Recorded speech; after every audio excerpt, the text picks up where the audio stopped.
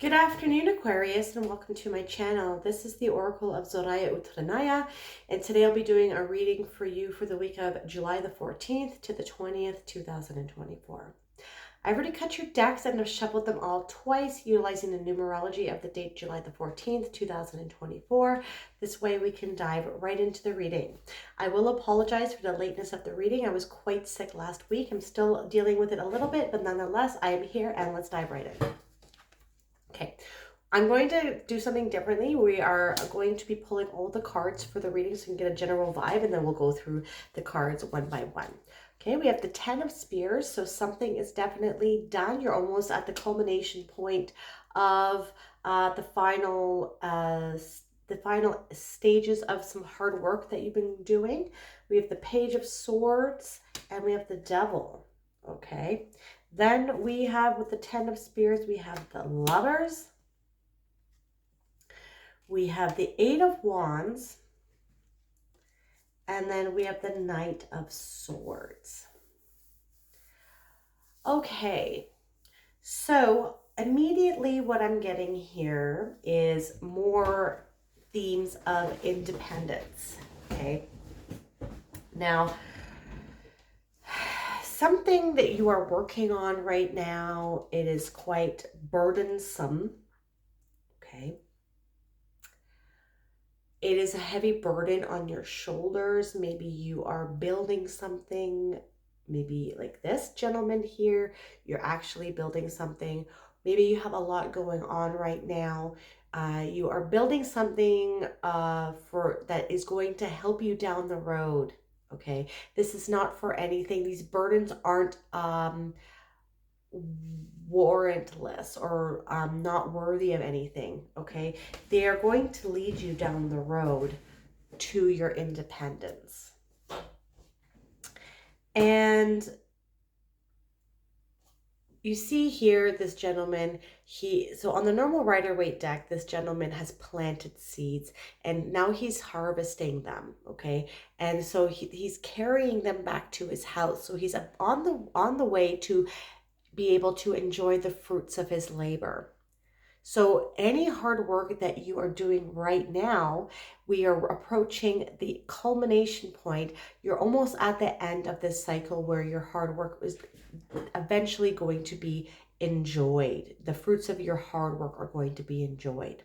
This is the 10 of Spears. So in the minor arcana, we go from 1 to 10, then we get into the court card. So you're at the end of this one cycle. You're going to be about to enjoy the fruits of your labor. And what I'm getting here is a lot of independence vibes. So you are working towards becoming more independent and less self-reliant on other people and other institutions in your life. Okay, because we start off here underneath the 10 of Spears in the first column with the Lovers, and then going up diagonally to the last row at the top, we have the Devil. All right, now to me, both of these cards indicate stepping into a period of self-authenticity and of your true essence and breaking free from limitations put on by society, censorship, dogma from religion. Okay, and you're being able to break free from this and live more in your true authentic nature. Okay, and movement here is going to come really swiftly. You're going to be getting some communication with respects to amplifying this coming up soon, and we'll talk about that in just a minute. So let's dive into this. Like, what's really blaring out as me is this sun, and it's like truth is going to be illuminated for you this week. And there is a lot of truths coming out. I'm filming this after the Trump attempted assassination. This is the next day. If you're familiar with astrology and been watching a lot of astrologers on YouTube, the rest of this year is going to be, and into 2025 and almost into 2030, like this year though is going to be when a lot of more truths come out. Nothing is at it as it seems, and you should not rely on the news. You should not rely on what people in higher institutions tell you the truth is, because it's most likely not the case. We need to be doing our own research. We need to be seeking out our own knowledge and breaking free from the establishment. All right.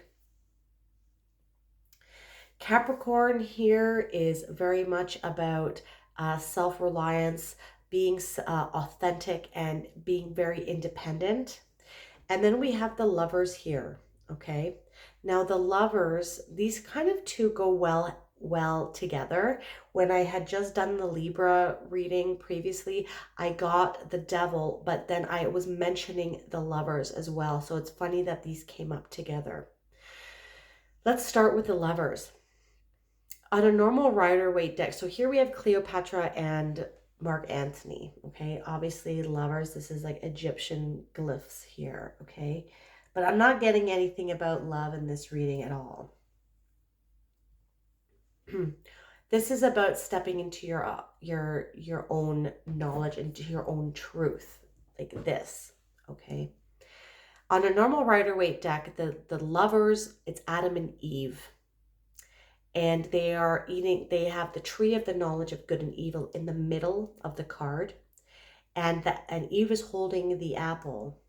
And there is the serpent, which is considered the devil, okay? Now, if you know anything about Gnostic Christianity, it's like a sect that deviated from mainstream Christianity because there were many books that were banned by the church. There's a lot more to Christianity than what is told. This is censorship. This is them picking what their narratives want to be in order to hold power. Do you understand? And so in Gnostic Christianity, I'm just a student of various mythologies and pantheons all around the world, and this is one of them, okay? So the Old Testament God, Yahweh, he is not the true one God. He is the demiurge. He is a very evil and spiteful, jealous, war-mongering God. He created the humans and brought them down to earth. He created earth and housed the humans and told them that they were not allowed to eat from, they had this paradise, the Garden of Eden, and he said that they were not allowed to eat from the tree of knowledge of good and evil because he wanted to keep them ignorant. He wanted to keep them a slave. And he wanted to keep them unaware of the fact that they are in fact gods themselves, that they are part of the true divine God. There is a different God. Okay, and Jesus in the New Testament even talks about this, that the God of the Old Testament is not his father. He is of the one true God, the light, the God of light. And it is even mentioned in Gnostic Christianity that the serpent in the Garden of Eden is actually Jesus, helping humanity realize their divinity and to tap into their Christ consciousness. The serpent is the Kundalini, the awakening, okay? And the devil here, often the times, the devil is associated with Lucifer. Lucifer is the morning light. Lucifer is the torchbearer. He is the light bringer. And in the old allegory, Lucifer broke away from Yaldabaoth, the demiurge, because he loved humans so much. And he wanted to help bring them knowledge. Lucifer is Venus. Okay. So here we have the lovers being Adam and Eve, eating from the tree of knowledge. And here we have the devil. You want to break free from anything that is holding you back. Becoming independent and breaking free from establishments. Capricorn can illustrate big banking, big government, world government, if you get my drift. Dogma, like religious dogma and indoctrination. As truths start coming out, do not, it can be very hard to deal with things as your worldview is being shattered. We are all on our different levels of awakening. And if you're starting out right now, it can be very hard to accept that the world that we know it doesn't exist. All right. But this is what you are being encouraged to do. You're being encouraged. You've been working very hard. And you're about to end this period of hard work and step into some more independent self-reliance. You're being rewarded for all of the hard work that you're going to be doing here. And I think some people are even seeing what you are doing. Perhaps you are even spreading the word. This is going to be different for everybody, okay? This is a general reading. And you're also being encouraged here to tap into your divine masculine and your divine feminine selves and doing your shadow work, integrating duality, integrating the shadow and the light aspects of your personality. There is some swift forward moving momentum here for you this week. Perhaps this is about the time where you're going to be reveling in your accomplishments. People are noticing your hard work. Okay, this is your hard work and how diligent you are. You're action-oriented. And you're making a difference in your community. And this is the Page of Swords. So we have the Page of Swords and then we have the Knight of Swords as well. All right. So the Page of Swords can indicate people spying on you, but it can be a good thing. It doesn't necessarily mean a bad thing, but because we have the Devil right beside it here, okay, I can't wait till I get a camera that can go on my table, so stay tuned for that. So this can be people wanting to sabotage you. This can be spying, like an ex spying on you, because we also have the Knight of Swords who is looking in the past. Okay, so you might want to be careful of any toxic friends, family, or exes that might be wanting to sabotage whatever it is that you are working on. And so make sure that you are blocking people on social media if you need to. You don't want people disrupting the hard work that you have been putting into whatever this is that you're building. Okay, Aquarius? But this can also be headhunters. Okay, the pages are messengers in the court. And so this can also indicate people like getting headhunted or it's getting some job offers coming in. You have communication coming in. Here, let me show you this.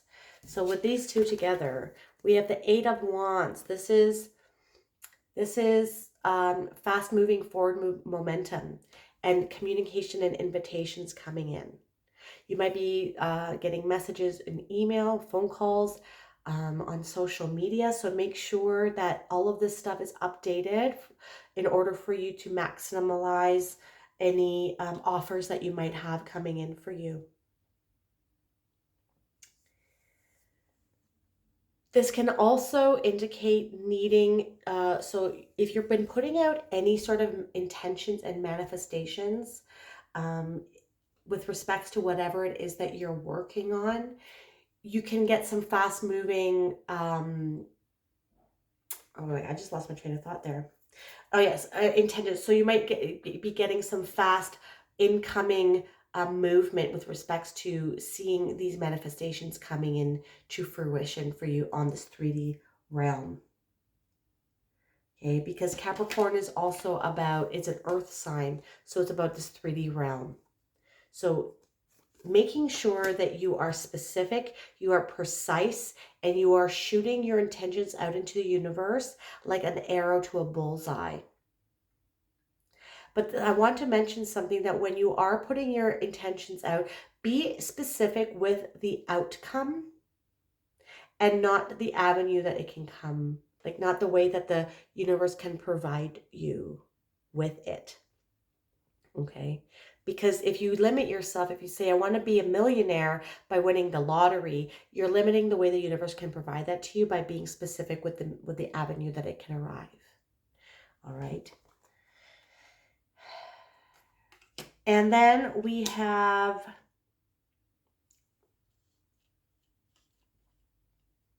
I'm also getting, like, because we have the devil, and the lovers and the 10 of spears, I'm seeing that a relationship that is toxic could be quite burdensome for you.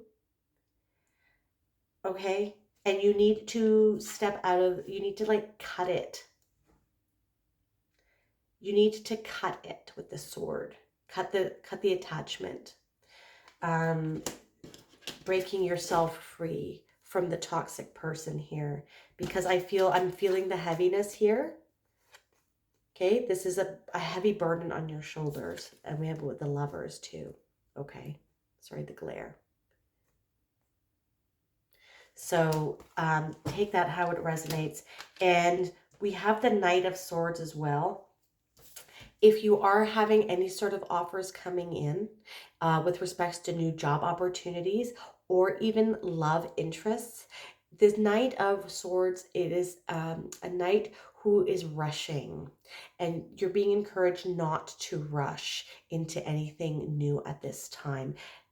Go with the flow.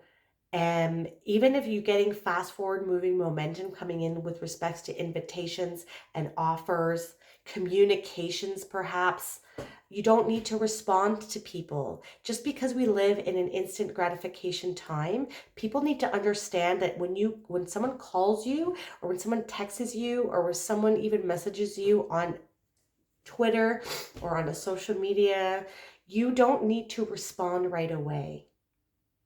You can gather your time. You need to start creating a little bit more boundaries in your life, dear Aquarius. And start taking the control back from external people, the lovers, and external institutions or societal expectations. Do what is best for you. All right? Very interesting reading. All right, we're going to pick a Star Code Astro Oracle card, and then we'll end there. It is the second house of resources, number 40.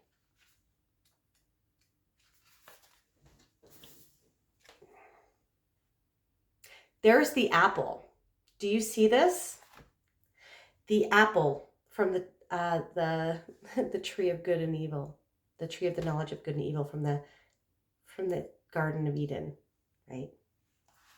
Eat the apple. You need to understand that you are divine. And when you do this,